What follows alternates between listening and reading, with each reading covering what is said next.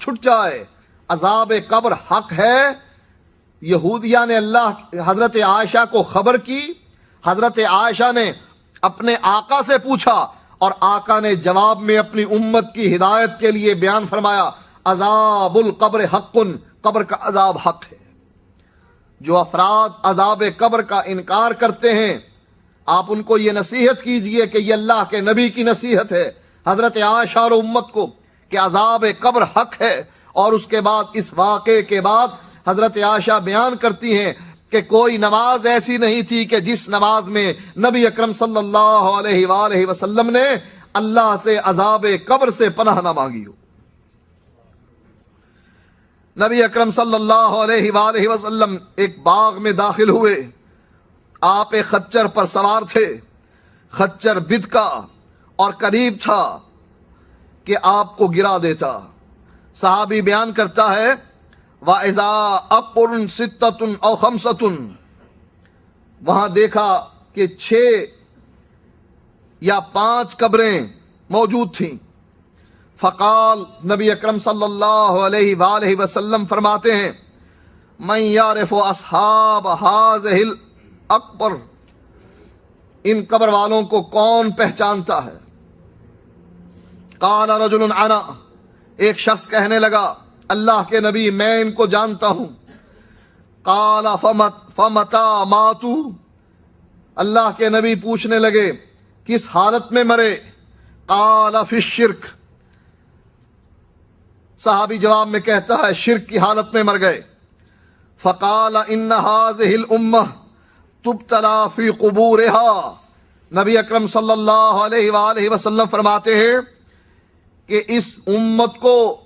قبروں میں آزمایا جاتا ہے۔ فلولا اللہ تدافنوا، اور اگر مجھے اس بات کا ڈر نہ ہوتا کہ تم آج کے بعد مردوں کو قبروں میں دفن کرنے سے رک جاؤ گے،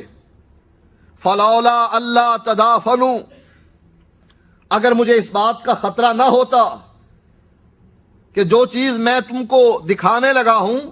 اگر مجھے اس بات کا خطرہ نہ ہوتا تو جو چیز میں تمہیں سنوانے لگا ہوں، لدعوت اللہ، میں اللہ تعالیٰ سے گزارش کرتا، میں اللہ سے یہ دعا کرتا، ان یسمعکم من عذاب القبر الذی اسمع منہ،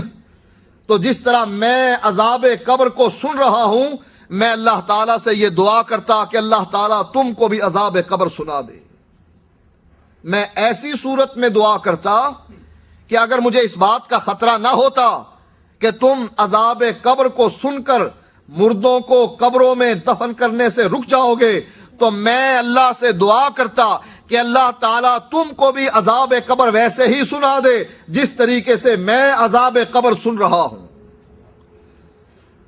ثم اقبل علینا بوجهہ فقال تعوذوا باللہ من عذاب القبر، قالوا نعوذ باللہ من عذاب النار، قال تعوذوا باللہ من عذاب النار، قالوا نعوذ باللہ من عذاب النار۔ 3 مرتبہ نبی اکرم صلی اللہ علیہ وآلہ وسلم نے اس کے بعد فرمایا کہ اے لوگو،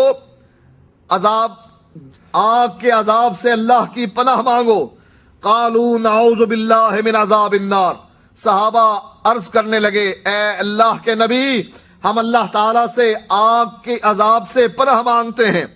قال تعوذوا باللہ من عذاب النار، آپ نے پھر دوبارہ فرمایا کہ اللہ تعالیٰ سے آگ کے عذاب کی پناہ مانگو۔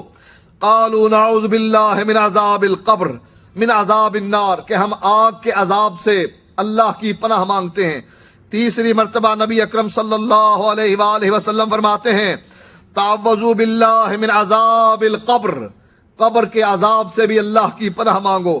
قالوا نعوذ باللہ من عذاب القبر، کہنے لگے صحابہ کہ اے اللہ کے نبی، ہم قبر کے عذاب سے بھی اللہ کی پناہ چاہتے ہیں۔ عذاب قبر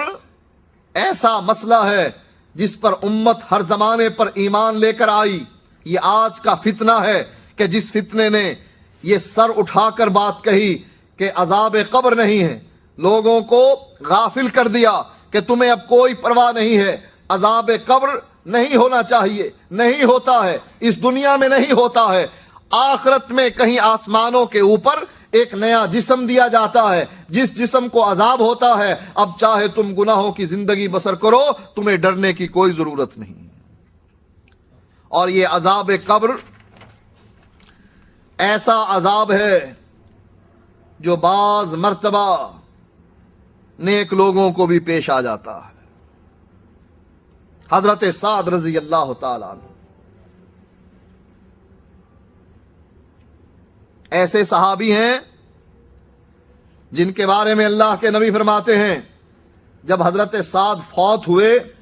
تو نبی اکرم صلی اللہ علیہ وآلہ وسلم فرماتے ہیں ھذا الذی تحرک لہ العرش، یہ اللہ کا بندہ فوت ہوا ہے، اس کے مرنے پر رب کا عرش بھی کانپ گیا۔ حضرت سعد رضی اللہ تعالیٰ عنہ کے جنازے کو اٹھایا گیا۔ یہ جنازہ اٹھائے جانے میں بڑا ہلکا تھا، وزن آپ کا زیادہ تھا، آپ جسیم تھے۔ صحابہ پوچھتے ہیں اے اللہ کے نبی، سعد کا جنازہ بڑا ہلکا ہے، کہا تم سعد کے جنازے کو کندھے دیے ہوئے ہو، تمہارا خیال یہ ہے کہ تم نے سعد کو اٹھایا ہے۔ سعد کی وفات پر اللہ تعالیٰ نے آسمان سے 70,000 فرشتوں کو بھیجا ہے کہ جنہوں نے سعد کے جنازے میں شرکت کی ہے، اس کو اکیلے تم نے کندھا نہیں دیا بلکہ فرشتوں نے کندھا دیا ہوا۔ جب حضرت سعد رضی اللہ تعالیٰ عنہ کو قبر میں دفن کیا جاتا ہے، نبی اکرم صلی اللہ علیہ وآلہ وسلم سبحان اللہ کہتے ہیں، اللہ کی تسبیح بیان کرتے ہیں، تسبیح بیان کرنے کے بعد اللہ اکبر کہتے ہیں، اللہ کی کبریائی بیان کرتے ہیں۔ صحابہ عرض کرتے ہیں اللہ کے نبی، آپ نے آج تک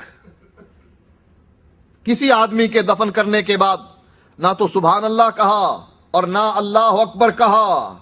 آخر کیا وجہ ہے کہ آج سعد کی قبر پر کھڑے ہو کر آپ نے سبحان اللہ بھی کہا اور اللہ اکبر بھی کہا؟ نبی اکرم صلی اللہ علیہ وآلہ وسلم نے فرمایا اللہ کے اس بندے کو جب زمین میں دفن کیا گیا، زمین نے اس کو بھینچ لیا، حتیٰ کہ میں نے اللہ کی تسبیح بیان کی، اللہ تعالیٰ نے اپنی تسبیح سن کر اللہ اپنے بندے کو معاف کر دیا، قبر نے اس کو چھوڑ دیا۔ تو بعض مرتبہ قبر کا عذاب نیک آدمیوں کو بھی ہوتا ہے کسی گناہ کی وجہ سے، اللہ تعالی ہمیں اس عذاب قبر سے محفوظ رکھے۔ حضرت عثمان رضی اللہ تعالیٰ عنہ کے بارے میں آتا ہے انہ کان اذا وقف علی قبر بکا، کہ جب حضرت عثمان قبر پر کھڑے ہوتے تو رو پڑتے، حتی یبل لحیتہ، یہاں تک کہ آنسوؤں سے آپ کی داڑھی تر ہو جاتی۔ فقیل لہ تذکر الجنۃ والنار فلا تبکی وتبکی من ھذا، حضرت عثمان رضی اللہ تعالی عنہ سے کہا گیا تیرے سامنے جنت اور جہنم کا تذکرہ کیا جاتا ہے، اور جہنم اور جنت کے تذکرے پر اے عثمان تو روتا نہیں ہے، وتبکی من ھذا، لیکن قبر پر کھڑے ہونے کے بعد اے عثمان تو زارو قطار روتا ہے، حتیٰ کہ تیری داڑھی آنسوؤں سے تر ہو جاتی ہے۔ حضرت عثمان رضی اللہ تعالیٰ عنہ جواب میں کہتے ہیں فقال ان رسول اللہ صلی اللہ علیہ وسلم قال ان القبر اول منزل من منازل الاخرہ، حضرت عثمان رضی اللہ تعالیٰ عنہ کہتے ہیں کہ اللہ کے نبی نے فرمایا کہ یہ قبر اول منزل من منازل الاخرہ، آخرت کی منزلوں میں سب سے پہلی منزل ہے۔ فَإِن نَجَا فَمَا بَعْدَهُ أَيْسَرُ مِنْهُ وَإِن لَّمْ يَنْجُ مِنْهُ فَمَا بَعْدَهُ أَشَدُّ مِنْهُ، کہا جو یہاں نجات پا گیا وہ بعد کی منزلیں اس کے لیے آسان ہو جاتی ہیں، اور جو قبر کی منزل میں نجات نہ پا سکا بعد کی منزل اس کے لیے اور زیادہ سخت ہو جاتی ہے۔ قال وقال رسول اللہ صلی اللہ علیہ وسلم منظرن قط الا والقبر افضح من. کہنے لگے کہ نبی اکرم صلی اللہ علیہ وآلہ وسلم فرماتے ہیں میں نے کوئی ایسا